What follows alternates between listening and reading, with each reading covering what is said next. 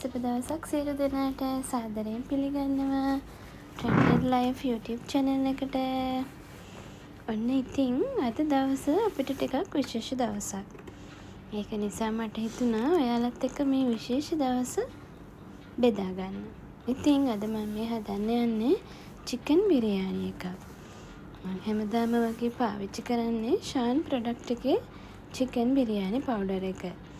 ඔන්න ඉතින් මේ ටික තමයි මට අවශ්‍ය කරන්නේ. මම දැන් මේ chicken එක අනා ගන්න තමයි යන්නේ. මම මේකට එකතු කරලා තියෙනවා chicken masala paste එක. ඊට අමතරව curd, මිංචි කොළ, කොත්තමල්ලි කොළ. ඊට අමතරව මම මේකට අවශ්‍ය කරන පහේ ටික එකතු කරලා තියෙනවා. එනසල්, කරාඹු නැටි, එතකොට කුරුඳු, bay leaves ඒ වගේ ඔක්කොම එකට එකතු කරලා මේක අනාගෙන අන්තිමට මම මේකට දෙහි චුට්ටකුත් එකතු කරගත්තා. ඔයාලගේ රස පදම අනුව ඔයාලට ඕනි නම් අම්මිදිස් කාල් දෙක තුනකුත් එකතු කරගන්න පුළුවන්. ඉතින් මම බිත්තර ටිකකුත් තැම්බෙන්න තියලා මේ ඉඟුරු සුදු ලුණු ටිකක් තලාගෙන මෙන්න මේ භාජනයේට මේක හදාගන්න තමයි යන්නේ. මම වෙලාසනම බඩමුට්ටු ටික ලෑස්ති කරලා තියාගත්තා. ලුණු, තක්කාලි, ඉඟුරු සුදු ලුණු ඒ ටික ඔක්කොම වෙලසන කපලා තියාගත්තා. භාජනයට තෙල් ටිකක් එකතු කරලා මම මේ ඉඟුරු සුදු ලුණු ටික එකතු කරගන්න තමයි හදන්නේ. ඉතින් ඔන්න ඔය විදිහට ඉඟුරු සුදු ලුණු ටික ඉස්සෙල්ලාම එකතු කරලා ඒ ටික ටිකක් රන්වන් පාට වීගෙන එනකොට මම ඒකට ලුණු ටිකත් එකතු කරා. ඊට පස්සේ ලුණු ටිකත් රන්වන් පාට වීගෙන බැදීගෙන එනකොට තක්කාලි ටිකත් ඒකටම එකතු කරගත්තා. ඉතින් ඔයාලා දන්නවා අපි එක එක්කිනා කෑම හදන විදිහ එකිනෙකට වෙනස්. ඉතින් මේක මගේ රෙසිපිය. මම බිරියානි හදන්න මෙහෙමයි. ඉතින් අපිට ඉන්දියාවේ අය හදන විදිහටම හදන්න බෑ. නමුත් try එකක් දෙන්න පුළුවන්. බැරි නැහැ. ඇත්තටම අපි මොන කෑම හැදුවත් අපි චුට්ටක් try කරනවා අපේ ලංකාවේ රහට අපේ කටට දැනෙන්න ඒ රසට අපේ කෑම එක හදාගන්න. ඉතින් ඒ පුරුද්ද මටත් තියෙනවා. අර මොන જાති එකතු කරත් අපේ පහේ જાති එකතු කරන්නේ නැතුව අපිට ඒ රහ එන්නේ නැහැ. ඉතින් ඔන්න ඔය විදිහට මම බිරියානි එක හදන්න පටන් ගත්තා. ඉඟුරු සුදු ලුණු ටික රන්වන් පාට වෙගෙන යනකොට මම ලුණුත් දැම්මා. මම නම් මෙතන සාමාන්‍යයෙන් ලුණු ගෙඩි 2ක් විතර තමයි අරන් තියෙන්නේ. චිකන් එක මගේ කිලෝ එකක් වගේ තමයි තිබ්බේ චිකන් එක. කිලෝ එකක් එකමාරක් විතර. ඉතින් මේ ටික රන්වන් පාට වීගෙන එනකොට මම මේකට එකතු කරගන්නවා තක්කාලි ටික. තක්කාලි ටිකත් ඔක්කොම එකට එකතු කරලා තක්කාලි ටික පොඩ්ඩක් සෝස් එක වගේ වෙනකන් මම මේක වහලා තියෙනවා.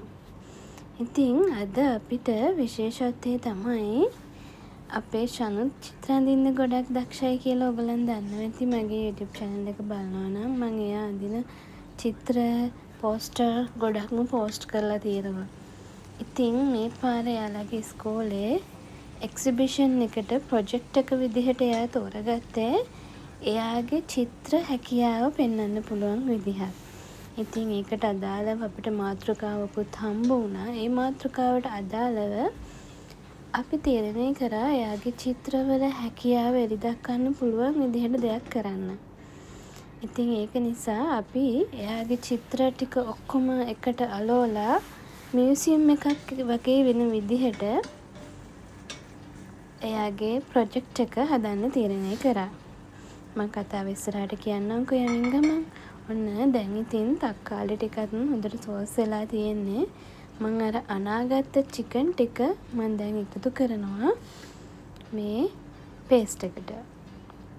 මම හදාගත්ත ඉඟුරු සුදු ලුණු තක්කාලි රන්වන් පාට වෙනකන් තියලා තක්කාලි ටික සෝස් එක වගේ වෙනකොට මම අනාගත්ත චිකන් එක මේකට එකතු කරනවා.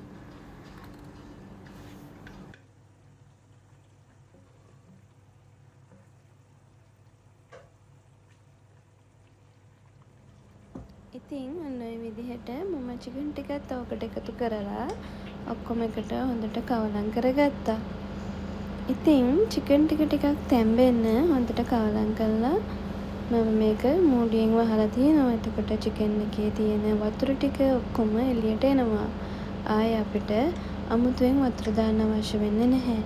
නමුත් මට ග්‍රේවි ටිකක් වැඩිපුර ගන්න ඕන නිසා චිකන් එක හොඳට තැඹුණාට පස්සේ වතුර ටිකත් එළියට ආවට පස්සේ වතුර පොඩ්ඩක් එකතු කරන්න ඕනේ. එතකොට අපිට චිකන් එකකින්ම ග්‍රේවි ටිකක් අරන් තියාගන්න පුළුවන්.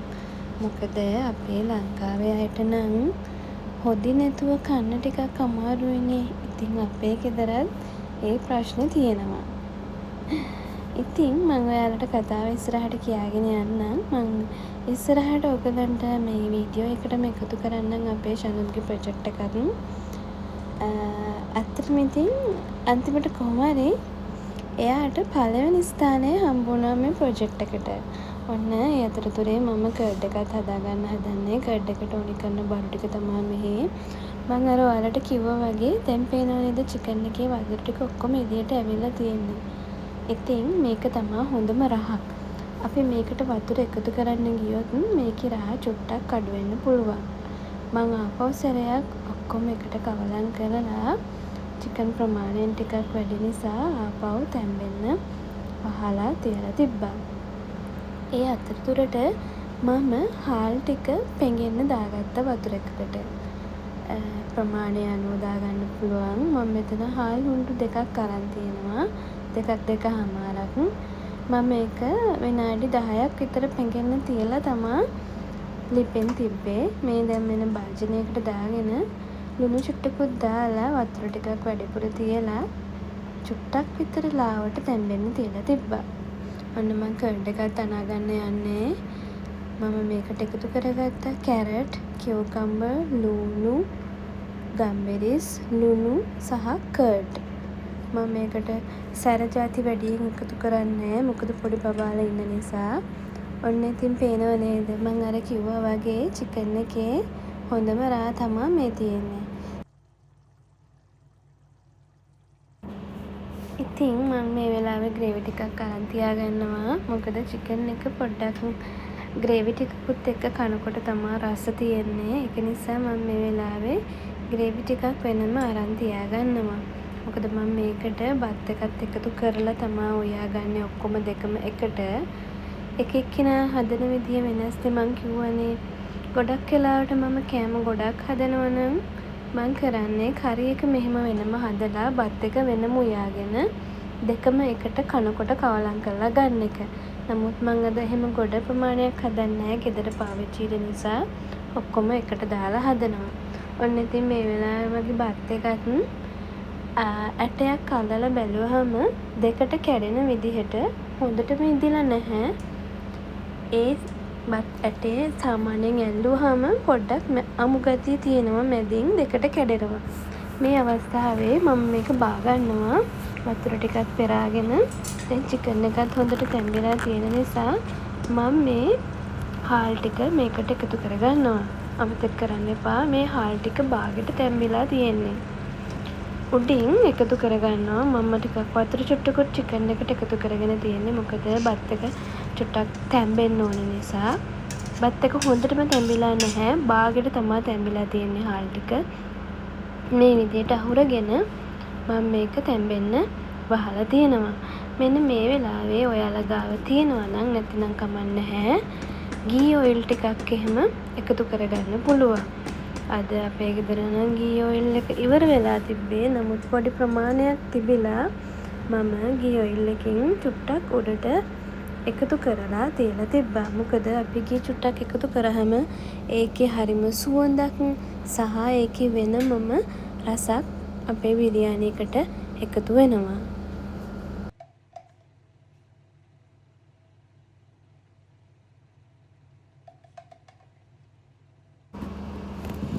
ඔන්න ඔය විදිහට මම ඒ ටික එකතු කරගත්තා. මෙන් බලන්නකෝ හදිස්සි කවුද දුවගෙන ආවේ කියලා. මං හිතන්නේ මෙයාට බඩගිනි වෙලාද කොහෙද කුස්සියට ඇවිල්ලා මාව බලලා යන්න ආවා. ඔන්න ඉතින් කර්ඩ් එක මම අනාගෙන ඉවරයි මේ වෙලාවේ. ඒක දැන් ඉවරයි. බත් එකෙන් දැන් හොඳ සුවඳක් එනවා.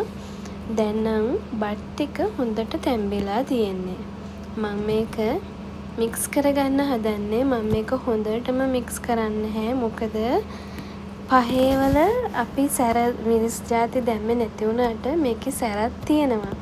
ඉතින් පොඩි බබාලා ඉන්න ගෙවල් වල මම දන්නවා අම්මලා එහෙමයි හැම වෙලේම කරියක් හැදුවත් අපි ඔක්කොම එකට මික්ස් කරන්නේ නැහැ. මොකද පොඩි බබාලට සැර එනවා. ඉතින් මම යන්තම් පොඩක් උඩින් මික්ස් කරගන්නවා අර බත් එකේ ලස්සන පේන්න. ඒක නිසා ගොඩාක්ම යටට අඩියට ඇදලා කාලම් කරන්න ගන්නෙ නැහැ. ඉතින් ඔන්න ඔය විදිහට ඒකත් කාලම් කරගෙන මම මේකට එකතු කරගන්නවා තඹ ගත්ත බිත්තර ටික. ඔයාලට තියෙනවා නම් කැමති නම් පාවිච්චි කරන්න පුළුවන්. අකමැති නම් ඒත් කමක් නැහැ. පේනවනේ බත් එකක් දැන් හොඳට තැම්බිලා තියෙන්නේ. ඉතින් මම අර කලින් තඹ ගත්ත බිත්තර ටික මම මේකට එකතු කරගන්න තමයි හදන්නේ දැන්.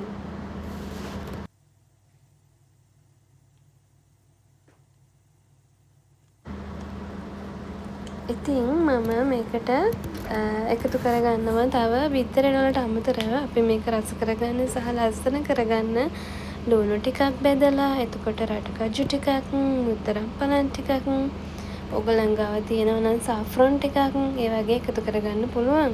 නමුත් අද මං ගාව ගොඩක් දේවල් අඩුයි. ඒක නිසා මම තියෙන දේවල් ටික එකතු කරගන්නවා. මම අර තඹ ගත්ත බිත්තර ටිකත් මේ විදියට අහුරගෙන බෙදගත්ත ලුණු ටිකත් උඩින් එකතු කරලා මම ඊට අමතරව මේකට කොත්තමල්ලි කොළ ටිකකුත් උඩින් එකතු කරනවා. මම මිශ්‍රණය අනනකොට කොත්තමල්ලි කොළයි මිංචි කොළයි මිට කපලා මේකට එකතු කරලා තමයි අනාගත්තේ. එතකොට ඒකේ රස සුවඳ ගොඩාක්ම දැනෙනවා. ඉතින් ඔන්න ඔය විදිහට ලුණු ටිකත් එකතු කරලා කොත්තමල්ලි කොළ ටිකත් මම මේකට උඩින්ම එකතු කරලා බත් එක තව චුට්ටක් තැම්බෙන්න වහලා මද ගින්නේ තියලා තිබ්බා.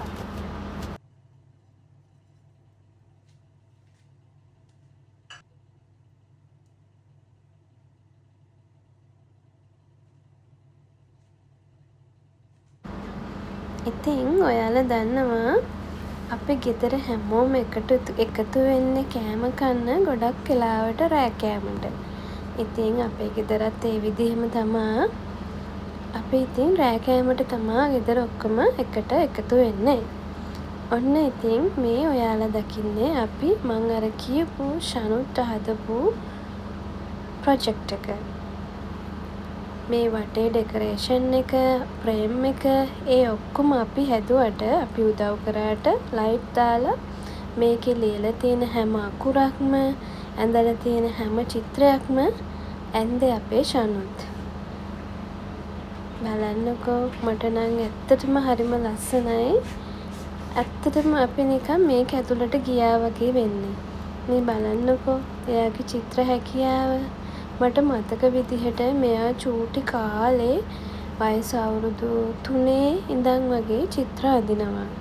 එයා බලන කාටුන්, එයා බලන කතා, ඒ කතාවල චරිත තමා මෙයා මේ චිත්‍රවලට ඇඳලා තියෙන්නේ. ඉතින් පොඩි බබාලා නම් ගොඩක් දන්නවා මේ කාටුන් චිත්‍රවල නම්.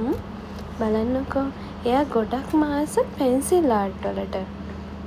එයා ගොඩක් උත්සාහ කරන්නේ කලර් කරන්නේ නැතුව තනිකර පැන්සලෙන් විතරක් ඒ චිත්‍ර ඒ විදිහටම අඳින්න. බලන්නකෝ ඇත්තටම මේ චිත්‍ර ඇඳීමේ හැකියාව නම් මටවත් එයාගේ තාත්තටවත් තිබුණේ නැහැ. මම දන්නේ නැහැ. එයාම තමා මේවා බලලා ඉගෙනගෙන අඳින්න පුරුදු වෙලා තියෙන්නේ. ඉතින් ටීචර්ත් කියනවා ඉස්කෝලේදීත් එයාට ෆ්‍රී ටයිම් එකක් හම්බෙන හැම වෙලාවකම එයා කරන්නේ චිත්‍ර අඳින එක කියලා. ඉතින් අපි හිතුවා මෙයාගේ මේ හැකියාවෙන් ප්‍රයෝජනයක් ගන්න අපි මේක ප්‍රොජෙක්ට් එකක් විදිහට මේ විදිහට එලි දක්කලා පෙන්නන්න. ඔන්න ඉතින් දැන් අපි රෑ කෑමකට කන්න තමයි යන්නේ. බලන්නකෝ අපේ ප්‍රධාන ආරාධිත අමුත්ත කවුද කියලා. අපේ ප්‍රධාන ආරාධිත අමුත්ත විදිහට ආවේ අපේ අම්මා. ඉතින් අපි ඔක්කොම එකතු කරලා අපේ ෂනුත්ගේ මේ හැකියාව ජයග්‍රහණය සමරන්න තමයි යන්නේ.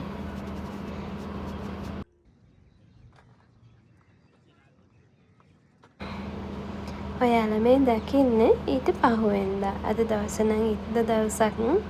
ඉතින් ෂනුගේ තාත්තටත් අද නිවාඩු. හවස් සැරේ අපි චුට්ටක් ආවා එළියට ඇවිදින්න කියලා. අපි ඉන්නේ සාජවල. මේ තියෙන්නේ සාජා අල්මජාස් පාර්ක් එකේ තවත් එක්තරා පැත්තක්. බලන්නකෝ අපි එනකොට ලස්සන සන්සෙට් එකක් තිබ්බා. හැබැයි ඉතින් ඇවිල්ලා විනාඩි කිහිපයක් යන්න කලින් අපි බලාගෙනම ඉඳද්දි ඒ ඉර බැහැලා ගියා. ඒක හරිම ලස්සන දසුනක්.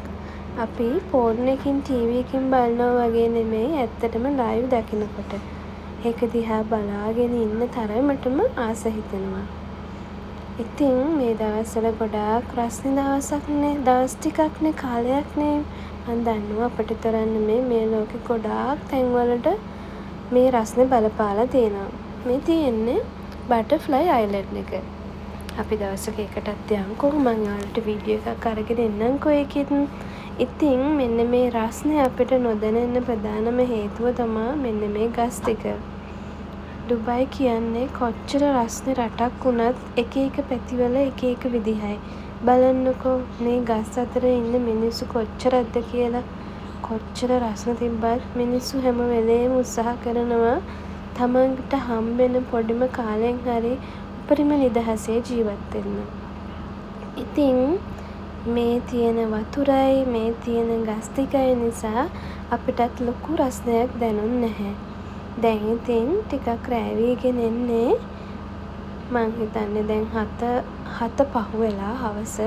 නමුත් ඉතින් තාමත් කළුවර වැල්ල නැහැ. මේ දවස්වල මෙහෙට ටිකක් කළුවර වැටෙන්න රෑ වෙනවා. අපි ඉතින් හරිම ආසයි මෙන්න මේ තනකොළ ගොඩේ ඇවිදගෙන යන්න. මම නම් ඇත්තටම ගොඩක් ආස සෙරප්පු දෙක ගලවලා මේ තනකොළ ගොඩේ ඇවිදින්න. මොකද අපිට තනකොළ පොළව පාගන්න හම්බෙන ප්‍රමාණය ගොඩක්ම අඩුයි. අපි ඉන්නේ බිල්ඩින් ඇතුලේ නිසා අපිට එළිය දකින්න ප්‍රමාණයත් ගොඩක්ම අඩුයි. අපි ජනේල වලින් එළිය දැක්කත් අපිට දකින්න හම්බෙන්නේ බිල්ඩින්, ගෙවල්, තාප්ප විතරයි. ඉතින් අපි ලංකාවේ ජීවත් වෙන මිනිස්සු විදිහට අපිට ඇත්තට මේවා පුරුදු නැහැ. නමුත් ඉතින් මොනා කරන්නද පිටරට ජීවත් වෙන අපි හැමෝගෙම ජීවිතවල මේ වගේ තමයි. ඔන්න ඉතින් අපි වාහනේට ආවා ගෙදර යන්න. ඒ ඇවිල්ලා දැන් ෂන්නුගේ වතුර බෝතලේ වතුර ටික රත් වෙලා කියලා ටිකක් එයාට දැන් කූල් කරගන්න ඕනි වෙලා. ඉතින් ඔන්න පොලන් කතා ටිකත් අහගෙන බලාගෙන ඉඳලා අපි ගෙදර එන්න පිටත් වුණා. නිවාඩුවත් ওই විදිහටම ගෙවිලා ගියා. ඉතින් මගේ වීඩියෝ බලන ඔයාලට ගොඩක්ම ස්තුතියි. ගොඩක්ම ආදරෙයි. හැමදාමත් ආදරෙන් එකතු වෙන්න කියලා ආදරෙන් මං ඉල්ලනවා. ඉතින් මේ වගේ තවත් ලස්සන වීඩියෝ එකක් අරගෙන ඔයාලා හමුවට ඉක්මනින්ම එන්න. හැමෝම පරිස්සමෙන් සතුටින් ඉන්න. ගිහින් එන්න.